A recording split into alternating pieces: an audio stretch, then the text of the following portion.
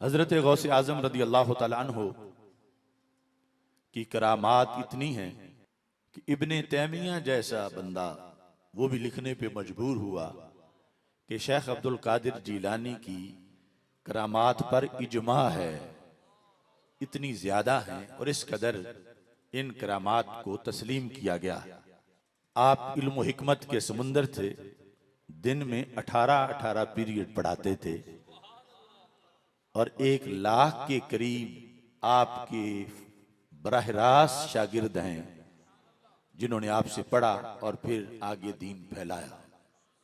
और आप बातिल की कुव्वतों के मुकाबले में अपनी जिंदगी में आपने इतना डट के काम किया कि आपको मोहिउद्दीन कहा गया।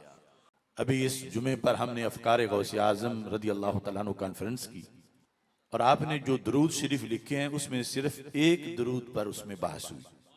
आज आपकी तालीमात में सलाते गौसिया है, उसके बारे में गुफ्तगू है और उसके ज़िमन में इतनी अहम गुफ्तगू है कि जो ईद मिलादुन नबी सल्लल्लाहु अलैहि वसल्लम को साबित करना हो, इसाले सवाब को, 11वीं शरीफ को, कुल शरीफ और चेहलम और 10वां और मिराजुन नबी सल्लल्लाहु अलैहि वसल्लम कॉन्फ्रेंस, उन सब के लिए जो जामे उसूल है शरीयत में, उसको इंशाअल्लाह कुरान और सुन्नत की रोशनी में पेश किया जाएगा कि जो सिर्फ अवाम के लिए नहीं, उलमा के लिए भी बड़ा जरूरी है कि हमारे जो मामूलात हैं अहले सुन्नत के, ये रस्म और रवाज नहीं बल्कि कुरान और सुन्नत की तालीमात हैं। और जो ताना देते हैं असल में वो उस कीड़े की तरह हैं जो गोबर की थापी के अंदर बंद हो और वो समझता है यही जमीन है और यही आसमान। चूंकि ये मौजू हमने अफकारे रजा सेमिनार में बयान करना है कि इस पर हजरत मुजद्दिद दीन मिल्लत इमाम आले सुन्नत आला हजरत इमाम अहमद रजा खां फाजिल बरेलवी रहमतुल्लाह अलैह ने अपने अहद में जब आपसे ये पूछा गया कि ये नमाज कहां से आ गई, जिसको सलाते गौसिया कहते हैं, और कहा गया कि ये तो ममनू है और ये कि वसीले की जरूरत ही नहीं, वसीला तवक्कुल के खिलाफ है, तो आला हजरत फाजिल बरेलवी रहमतुल्लाह अलैह ने जब आपके पास ये इस्तिफ्ता पहुंचा तो इस पर एक पूरी किताब लिख दी। क्योंकि उनकी ये शान है, जब भी कोई खत आया है तो जवाब में फिर खत नहीं लिखा, पूरी किताब लिखी है। तो ये फतावा रिजविया शरीफ जिल्द नंबर 7, इसके अंदर सवा नंबर 569 से ये किताब शुरू होती है।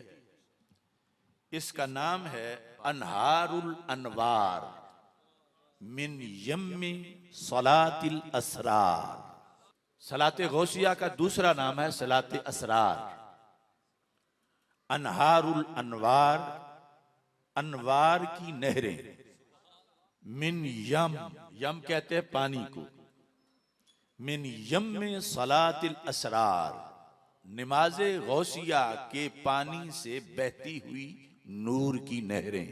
तो आला हजरत फाजिल बरेलवी रहमतुल्लाह अलैह से इस सिलसिला में पूछा गया, क्योंकि ये तवील मौजू है और मुख्तसर वक्त में इसको बयान करना है और ये कि आपको समझ भी आए। तो सबसे पहले ये है कि ये सलाते गौसिया है क्या। कुछ लोगों ने तो नाम ही पहली बार सुना होगा। तो हाजात को अल्लाह से पूरा करवाना, ये हर बंदा ही मोहताज है, क्योंकि सबकी, हम सबकी हाजतें हैं, हजारों हाजतें हैं, रोजाना हाजतें हैं, और हम सब ये समझते हैं कि अल्लाह जो है वो जाती तौर पर हाजतें पूरी करता है, अपने पास से किसी से लेके नहीं, खुद हाजात को पूरा करता है। हाँ, ये कि वो वलियों को और खास अपने महबूबों को, अंबिया अलैहिस्सलाम को खुसूसी तौर पर अपनी मदद का मजहर भी बना देता है, और उसे कोई रोक नहीं सकता कि तूने खुद ही मदद करनी है, किसी से नहीं करवानी। उसके फैज से जिसको वो मुंतखब कर ले उसे अपनी मदद का मजहर भी बना देता है। जिस तरह बदर के मैदान में फरिश्तों को अपनी मदद का मजहर बना दिया, तो आज कोई बंदा ये नहीं कह सकता कि रब तूने क्यों बनाया। जो एतराज करेगा वो खुद काफिर हो जाएगा, क्योंकि ला युसअलु अम्मा यफअलु, जो वो करता है उससे पूछे ही नहीं जा सकता। वो जात ही ऐसी है कि तूने ऐसा क्यों किया, उस पर एतराज नहीं हो सकता। तो हाजात उससे पूरी करवाने के लिहाज से दरखास्त, इसके लिए हजरत गौस आजम रदी अल्लाह तआला अन्हुम ने एक तरकीब लिखी और उसको फिर आगे बुजुर्गों ने रवायत किया। बाकायदा जिस तरह खिलाफत होती है, ऐसे उस नमाज की फिर इजाजत आगे मुख्तलिफ वलियों ने ली।